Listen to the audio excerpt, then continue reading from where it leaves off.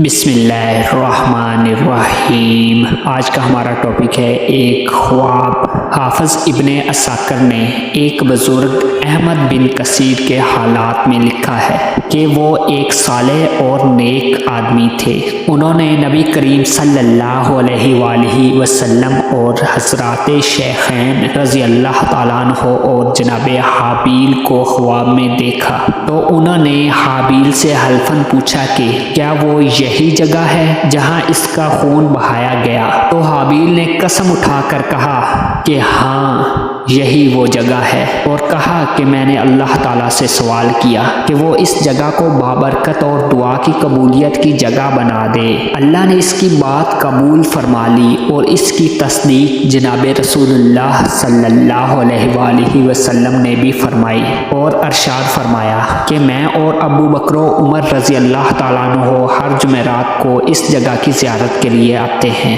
مگر واضح رہے کہ یہ ایک خواب ہے، اگرچہ اس کا صحیح ہونا ثابت بھی ہو جائے تو اس سے کوئی شرعی حکم ثابت نہیں ہوگا، کیونکہ خواب حجت نہیں ہوتے۔ واللہ اعلم۔ اللہ تعالیٰ کا فرمان ہے فَبَعَثَ اللَّهُ غُرَابًا يَبْحَثُ فِي الْأَرْضِ۔ اب خدا نے ایک کوا بھیجا جو زمین کریدنے لگا تاکہ اسے دکھائے کہ وہ اپنے بھائی کی لاش کو کیسے چھپائے۔ کہنے لگا افسوس کہ مجھ سے اتنا بھی نہ ہو سکا کہ اس کوے کی مثل ہو جاتا کہ اپنے بھائی کی لاش کو چھپا دیتا، بس وہ پشیمانوں میں سے ہو گیا۔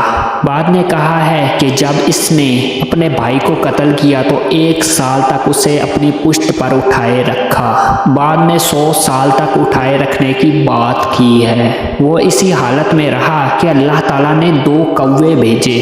سدی رحمت اللہ علیہ نے اپنی سند سے صحابہ سے روایت کی ہے کہ وہ دونوں کوے آپس میں بھائی تھے، وہ آپس میں لڑے، ان میں سے ایک نے دوسرے کو مار دیا، پھر زمین کورید کر اس کوے کو اس میں پھینکا اور اسے چھپا دیا۔ جب قابیل نے یہ حالت دیکھی تو اس نے بھی ایسے ہی کیا اور اپنے بھائی کو زمین میں دفن کر دیا، اور کہا کہ ہائے افسوس، میں عاجز آ گیا کہ اس کوے کی طرح ہو جاتا اور اپنے بھائی کی لاش کو چھپاتا۔ مورخین نے ذکر کیا ہے کہ آدم علیہ السلام اپنے بیٹے حابیل کے قتل پر بہت غمگین ہوئے اور اس بارے میں شعر کہے۔ یہ شعر ابن جریر نے ابن حمید سے ذکر کیے ہیں۔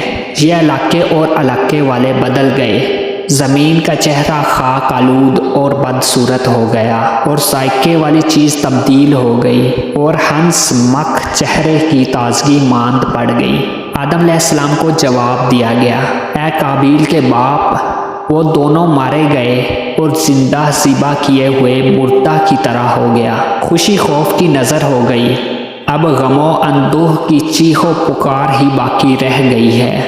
ان اشعار کا آدم علیہ السلام کی طرف منسوب ہونا محل نظر ہے، قابل غور ہے۔ ممکن ہے کہ آدم علیہ السلام نے اپنی زبان میں غم کا اظہار کیا ہو، بعد میں کسی نے اس کو اشعار کا جامہ پہنا دیا ہو، اور اس کے متعلق کئی اقوال ہیں، واللہ اعلم۔ مجاہد نے ذکر کیا ہے کہ جب قابیل نے اپنے بھائی کو قتل کیا تو جلدی اس کو سزا مل گئی، اس کی پنڈلی ران کے ساتھ چپک گئی اور اس کا چہرہ سورج کی طرف رہتا تھا، اس کے گھومنے کے ساتھ گھومتا رہتا۔ اپنے بھائی کے ساتھ اس کے بغض و عداوت اور حسد کی وجہ سے اس کو یہ سزا ملی۔ رسول اکرم صلی اللہ علیہ وآلہ وسلم نے فرمایا کہ ظلم و زیادتی اور قطع رحمی سب سے زیادہ حق رکھتی ہے کہ اللہ تعالیٰ اس کی سزا آدمی کو دنیا میں دے اور آخرت کی سزا اس کے علاوہ ہو گئی۔ ترمذی شریف جامع الصغیر۔